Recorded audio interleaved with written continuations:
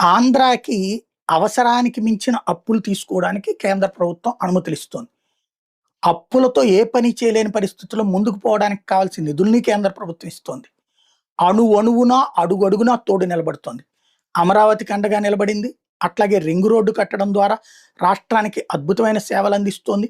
భోగాపురం ఎయిర్‌పోర్ట్‌కి నిధుల్ని అందిస్తోంది. దానికి పూర్తి సహకారం అందిస్తోంది.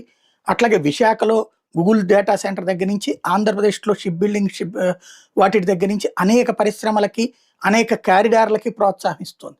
అయినా సరే మేము చెప్పినట్టు నడవకపోతే కేంద్రాన్ని దొంగం చేస్తాం, భారతీయ జనతా పార్టీని దోషిగా చూపెడతాం అన్నటువంటిది ప్రస్తుతం కూటమి అనుకూల పత్రికలు కాదు, తెలుగుదేశం అనుకూల పత్రికలు కూటమిలో రేపుతున్న చిచ్చు.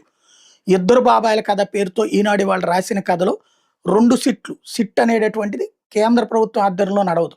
సుప్రీంకోర్టు ఆదేశాలతో నడిచినటువంటి సిట్లు.